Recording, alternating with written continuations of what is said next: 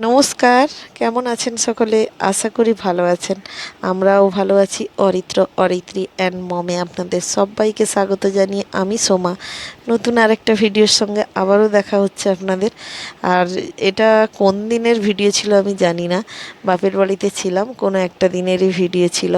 সকালে ঠিক 9:30 নাগাদ খেয়ে দিয়ে বাচ্চা কাচ্চা নিয়ে আবার পুরনো ঘরের দিকে আড্ডা দিতে রওনা দিলাম। বাপের বাড়ি মানে যা হয় আর কি। আর এই মামার বাড়ি আসতে এত ভালোবাসে কেন বলুন তো? এই যে এতগুলো কচি ছানাপানা দেখতে পাচ্ছেন না, ওদের জন্যই ওরা মামার বাড়িতে ছুটে ছুটে আসে। মানে আজকে ভিডিও এডিট করতে বসছি, আজকে কিন্তু আমি বাড়িতে, যেহেতু নেটওয়ার্কের প্রবলেমের জন্য আমি ভিডিও তো বেশ কিছুদিন আপলোডই দিতে পারিনি ওখানে। তাই ভিডিওগুলো ছিল, আজ এখনই আপলোড দিচ্ছি। আর এখনই জানে, আজকে তো রবিবার, আজকে এডিট করছি।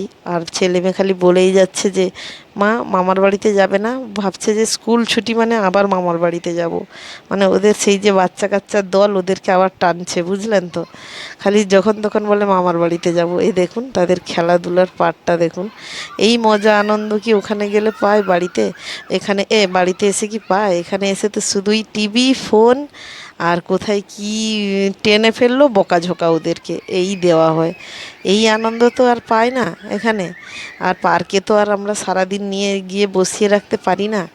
এই খেলাধুলাটা অনেকটাই বাচ্চাদের জন্য খুব দরকারও। আমরা ছোটোবেলায় যেভাবে খেলে দুলে বড় হয়েছি, এখনকার বাচ্চারা কোথায় বা পায়? সেরকম খেলাধুলা তো পায় না, শুধু সেই পড়া, আঁকা, টিউশন, স্কুল। তাদের উপরে এত চাপ আমরা দিই, আমরা এত চাপে থাকতাম না, সত্যি না? বা হয়তো কেউ কেউ থাকতেন, আমরা হয়তো গ্রামে মানুষ হয়েছি, থাকতাম না, সত্যিই থাকতাম না।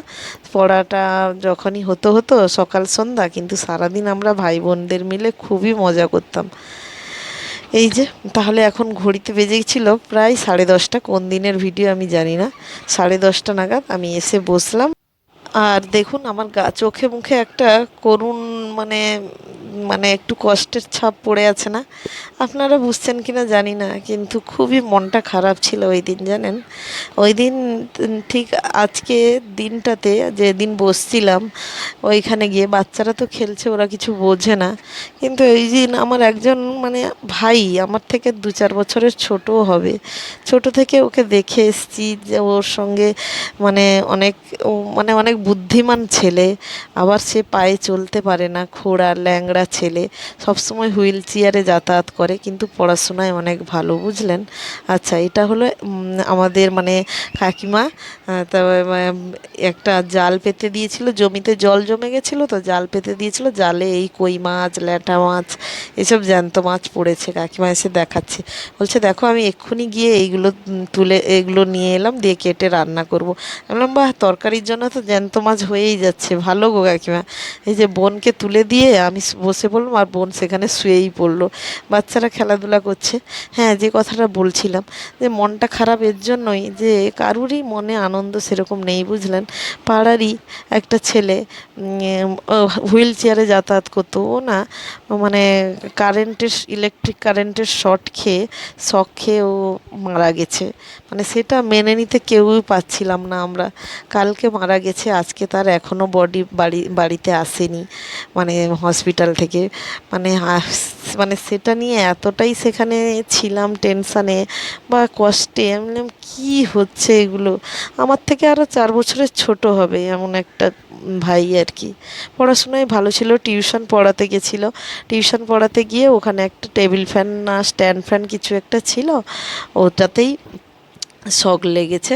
আর ও যেহেতু ওর একটা স্টুডেন্টকে লেগেছিল, টিউশন পড়াতে বসেছিল, স্টুডেন্টকে লেগেছিল। এবার স্টুডেন্টটা তাকে তার মানে যেই স্টুডেন্টকে লেগেছে ও অমনি ঝাঁপিয়ে পড়েছে তাকে টেনে আনার জন্য কোনো কিছু একটা দিয়ে।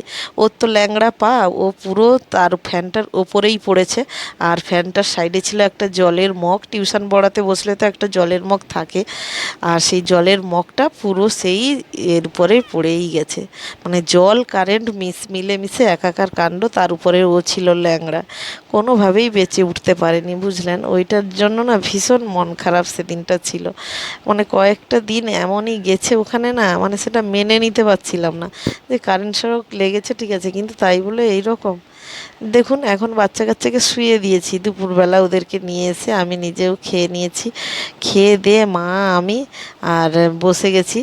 আর যেহেতু ঝড়ের দুদিন পরে এখন জামরুলগুলো প্রায় অনেকই বড় হয়ে গেছে, দেখুন দু একটা বৃষ্টি পেতেই জামরুলগুলো বড় হয়ে গেছে। তাই আমি এখন অনেকটাই পেড়ে নিয়ে এসেছি বালতিতে করে, যেহেতু বাচ্চা কাচ্চা শুয়ে গেছে ঠিক মতো খেতে পারি না। আর মাও বলছিল যে দু একটা নিয়ে আসবি, তো তাই বালতি নিয়ে পুরো ছাদের উপর চলে এসেছি। আর পাশের ঘরে অ্যানার ম্যাডাম পড়াতে এসছে, অ্যানা পড়তে বসছে আর আমার কাছে এক থেকে একটা করে জামরুল টুক করে নিয়ে চলে যাচ্ছে। বললাম তোকে ম্যাডাম পড়াতে এসছে, তুই জামরুল নিয়ে কি করবি, তাকে বকছিলাম। ও পালিয়ে গেছে, বই আনার নাম করে চলে এসছে জামরুল খেতে। আর খাচ্ছি, এক একটা করে বিটের উপরে রাখছি। আর ভাবছি যে বালতিতেই লাস্টে সব গুছিয়ে নিয়ে চলে যাব। এত কিছু সাজিয়ে গুছিয়ে নিয়ে আসা যায় নাকি, বাটি ঘুটি ওসব আনা যায় না। এই যে তারপরে আবার একদলকে নিয়ে বিকালে একটু বেরোলাম। আমার এই করতে করতে তো ওখানেই সময়ই কেটে যেত। ওখানে গেলে এই করতে করতে আমার বাচ্চাদের কোনো ফোনের নেশা থাকে না, মানে ওদের নিয়ে ওদের এত বায়না থাকে না, কোনো কিছু থাকে না। ওই যে ফ্রেন্ডসদের সঙ্গে বাচ্চাদের সঙ্গে খেলতে খেলতেই ওদের সময় কেটে যায়, বুঝলেন। আজকের মতো ভিডিওটা এখানেই শেষ করলাম। সবাই ভালো থাকবেন।